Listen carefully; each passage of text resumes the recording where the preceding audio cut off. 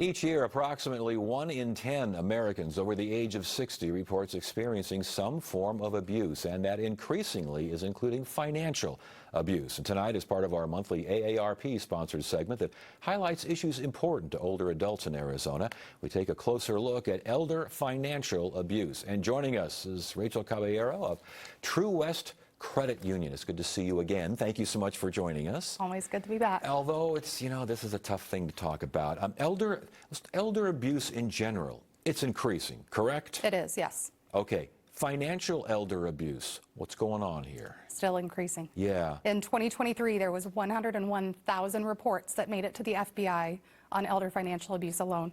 And that's only the ones that made it there. That's only the ones that actually reported, which unfortunately not everybody does. Yeah, I was going to get to that in a second here, but define financial abuse when you're talking about older folks. Essentially with financial abuse, it's anybody that takes control of your finances in any aspect that doesn't have the business to be doing that. Unfortunately, it's happening a lot with our aging elders. 60-year-old age range is the most susceptible to have it happen. And in their 70s, that's actually the most likely to lose money.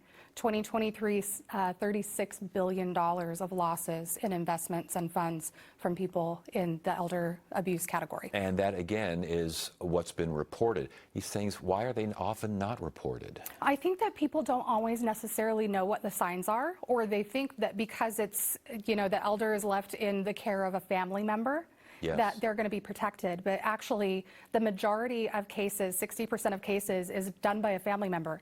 2/3 of that by their child or spouse. Holy smoke. Okay, so you mentioned signs. What are the signs of financial elder abuse? So there are multiple different signs. One of them is going to be a change in behavior for that person, a change in habits for that person. If they're writing more checks, if they're opening credit cards, if they're taking their documents and altering them in some way to add somebody onto the account.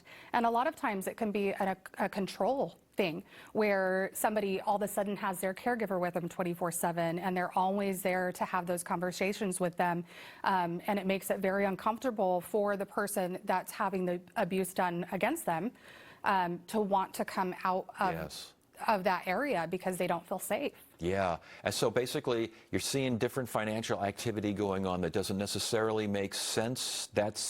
That's the warning flag right there, isn't it? That's one of the biggest ones. Yeah. So if you have somebody in the family that very rarely writes checks, and when they do, it's for very specific things, you can go through their checkbook history. And a lot of times, especially when it's family members, they'll start very small. So they'll constantly go ask grandma for a few $100s because they're really needing it for rent. And then you see it get larger and larger and more frequent and more frequent.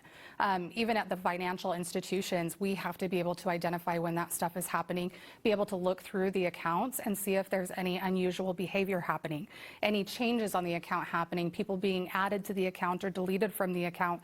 And we have to be able to recognize that and be able to step up and advocate for those elders that are having the abuse happen. Some other financial, be tech scams and investments, data breaches, that all falls under the umbrella, correct? It does, absolutely. Talk about those. Yeah, so as we know, technology is increasing. As technology increases, the scams increase. And people are getting desperate to pry on the vulnerable. With elder abuse, it happens that as people lose mobility and cognitive ability and also don't have the technology knowledge to be able to identify these things, people are preying on them. So it could be somebody calling saying, hey, I'm from Microsoft. I see that there's a virus in your computer. Let's sit down and go through it. Yeah. Or it could be somebody calling or sending an email. That's a huge one, sending an email saying, hey, I'm your investment advisor. They know the name of the person. They make it look like it comes from the person. And they say, we need to update your information. Click on this link. And unfortunately, they just don't have the knowledge to be able to know the signs to look for to make sure that's safe. But we always tell people, don't click on anything. Don't give any information. If you didn't sign up for a lottery, it's probably not happening. And just make sure that you go and consult somebody who can help you through that. I noticed looking over these things, this is a rough one. Romance scams, they're out there too, aren't they? They are, and they're increasing. I actually just dealt with a romance scam within the last year that drained somebody of their entire account. Oh my goodness. And unfortunately, because they pry on those feelings and they make the person very vulnerable, they create these fake experiences, these fake feelings, and then they say, hey, I really want to come over, but I need the money to get my visa, and I need the money to be able to sell my house. And the population, especially with elders that are alone or don't have a lot of family or friends around, they really value those relationships. And so they put all their heart and soul into them, and they don't believe that something's happening. And a lot of the time we tell them, hey, we don't think this is real.